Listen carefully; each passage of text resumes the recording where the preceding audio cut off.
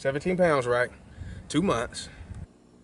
What's up, y'all? Reggie here, TheFitnessTutor.com and CCodeWeightLoss.com. I want to do a video about water weight and understanding a little bit about the water weight fluctuations that take place in our body. To me, it's one of the most important things for the average individual out there who's not a gym head or a coach who's knowledgeable of this stuff. It's one of the most important things to understand because I think it leads to a lot of people deciding to and being influenced to think that they are not being successful in their diet, and then they give up on their diet or get lax and eventually fail.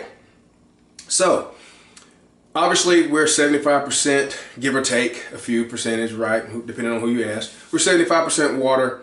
Water weight fluctuates pretty much daily. The extent to which things affect your water weight, I think most experts will say it is largely a genetic thing, right? Some people, it just doesn't really fluctuate that much, regardless of size. You just kind of, that's just the way it is. For some people, you might be all over the place. And the only way to really understand it is to know how much food you're eating, what you're eating, etc. That's why it's so important for, I tell my clients, I need to know what you're eating because I can answer just about any question about what's going on or what's not going on with your body, how you feel, etc., etc. if I know that. If not, then we're just guessing because I don't know what you ate. The sodium is one of the main things that causes your body, obviously, to hold more water. Playing off of that is potassium. Potassium is kind of a counterbalance to that, to an extent. Carbohydrate is another big thing that can fluctuate body weight. Has nothing whatsoever to do with fat storage or your metabolism.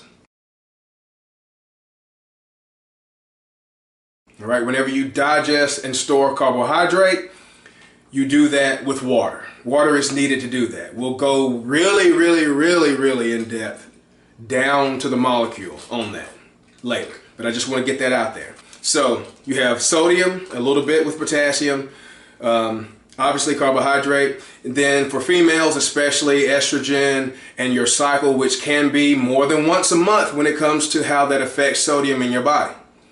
This is why I also tell people to weigh themselves daily. Get over that fear of weighing yourself every week, every other week, or once a month, because if you land on the wrong time, you're not going to have any idea what's going on. You're going to look at the scale and it's going to say one thing. You're going to be like, all of that work I did and I still gained a pound, So weigh yourself daily, but understand the relationship of water in your body. Obviously with sodium and carbohydrate, right? You have this scenario where maybe a lot of you, not myself, but maybe a lot of people are dieting really hard going into Thanksgiving, Christmas, whatever your holiday might be, or your birthday, anniversary, vacation, or you've been doing well and you just fall off the wagon, you have a bad weekend. This is the same scenario, right? So you put carbs back in, you put sodium back in with your wings, your pizza, whatever you did with your friends, all of that. And you have a recipe for 2, 3, 4, 5, 6, 7, 8 pounds of water to be held in your body that you are not accustomed to. I also want to make this disclaimer too now. Don't get me wrong. You can put on fat pretty fast if you eat a lot of food and a lot of fat. And a lot of times when the scale is not doing what you want it to do, it is because you're not eating what you should be eating in the amount that you should be eating, right? You're running a surplus and you're just not aware of it. And you swear that you're not, but you are. That's what happens. The problem is that if you do that chronically, right, for a long amount of time, you're going to have problems. You'll be out of balance. Just like if you go the opposite way, right, you run a caloric deficit, you do that too long, you're going to be out of balance, you're going to have problems. You're going to die. That's called starvation, right? So there's this constant ebb and flow between the two, like everything else in life, like breathing, night, day, summer, winter, yin and yang, high tide, low tide. It's built into every part of us. We seem to function great when we have surpluses and deficits. So just embrace it, take it for what it is, enjoy it. I'm going to have zero guilt. What I'm going to do is weigh in the morning. I'm going to video it.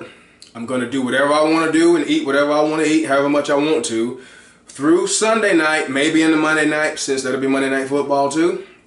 And I'm going to go back to normal. The next 3 days, I weigh in that coming next Thursday.